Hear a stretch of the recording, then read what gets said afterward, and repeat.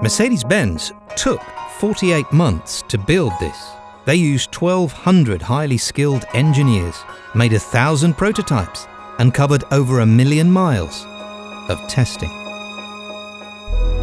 And the result is one of the most advanced cars on the road today, with, as standard, unprecedented levels of safety. And this car brings autonomous driving closer than ever before. In fact, in the state of Nevada, this E-Class, or the test car of this, is the first production car ever to be awarded a license to drive itself. Whilst it still needs you for the moment, there is a lot it will do without you. In fact, the list of safety inventions in this is so long it would probably send you to sleep. Not that you could in an E-Class, because it also knows when you're tired, will warn you, or come to a stop. One of the things I noticed straight away about this car was how well it's designed inside. It's engineered, it's damped. They've really thrown everything at the inside. It's won 3 awards already for interior design, and they've even thought about things like how the windows close and what sort of noise that makes. And you can definitely tell they've thought about the noise the door makes when it closes. All this unique and enticing technology and interior opulence is good, but it is reflected in your monthly payment if you want one as good as this. And is it worth it? After all, it's just an E-Class, clattery 2-litre diesel built for boring motorways, and is probably not very dynamic to drive, is it? Not true. Compared to the last E-Class, this is loads more dynamic. There's more feel to the steering. Dare I say it's even a little bit sporty. And here I am on an A road in a 2-litre E-Class having fun. I mean, that never happens.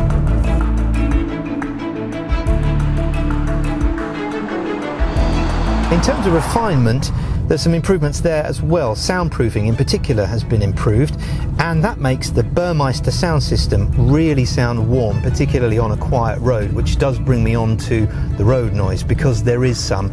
And that's strange for a Mercedes, but it's because they're now using run flats. And as most people are going to be using run flats in the next few years, I'm afraid we're going to have to get used to that. The E220 is now faster than the old E250 because it's 100 kilos lighter. Would I like more torque? Yes. Do I care? No, because this one's got Drive Pilot, which is active now. And this is really exciting because not only does the car steer for me by following the lanes, but it regulates the safe distance between me and the car in front, and it will do an emergency stop or evasively steer. When you're in different speed zones, the car will also, without you doing anything, because of the information in the nav, slow down or speed up accordingly. And the best bit is this. It will change lanes for me. After many hours of fun and having then run out of fuel, it was time to find a garage for the ultimate fill-up test. Using my own money. 75 quid? I thought it was going to be like 100 and something. Relieved it was only that much after 600 miles, it was back to the road, where I decided I wasn't too sure about the seat. But that was okay, because there were still a few things I needed to test, such as how this car finds a unique way to keep you alive. And I also had time to find out that the legroom in this car is the biggest in its class. Show-offs. I also really like this. This is the pre-safe system for Mercedes-Benz, and you've got 3 different things. You've got pre-safe rear, which protects you and the car and primes it all if it thinks you're going to have an accident from behind.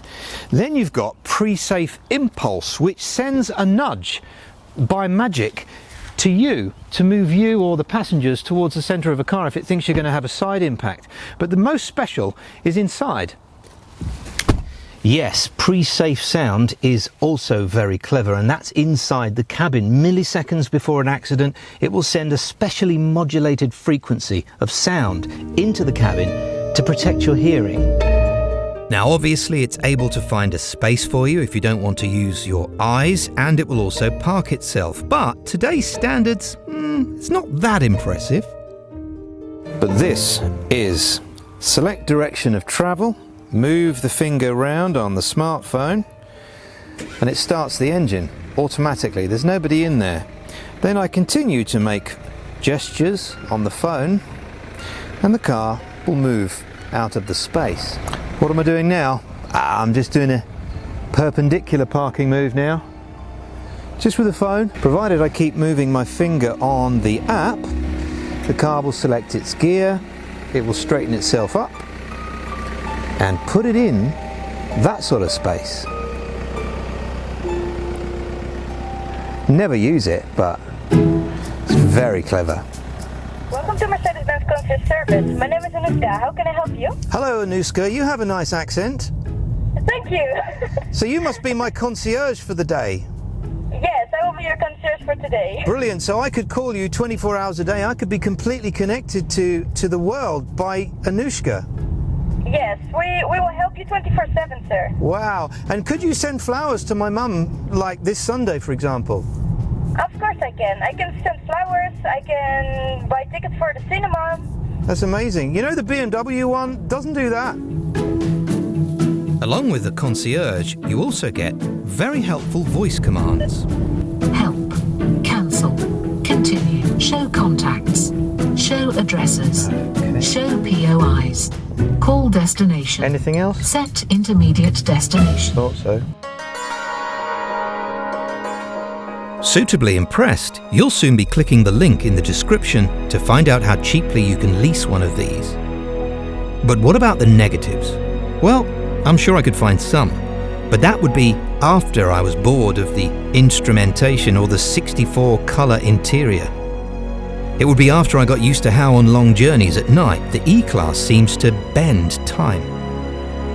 I suppose I would say that you will need to put the right options on this car to make it as special as it can be. But if you do, you'll end up with an almost perfect combination of luxury and innovation. And it's this almost science fiction idea that separates this car quite a distance from anything we've seen from Mercedes before.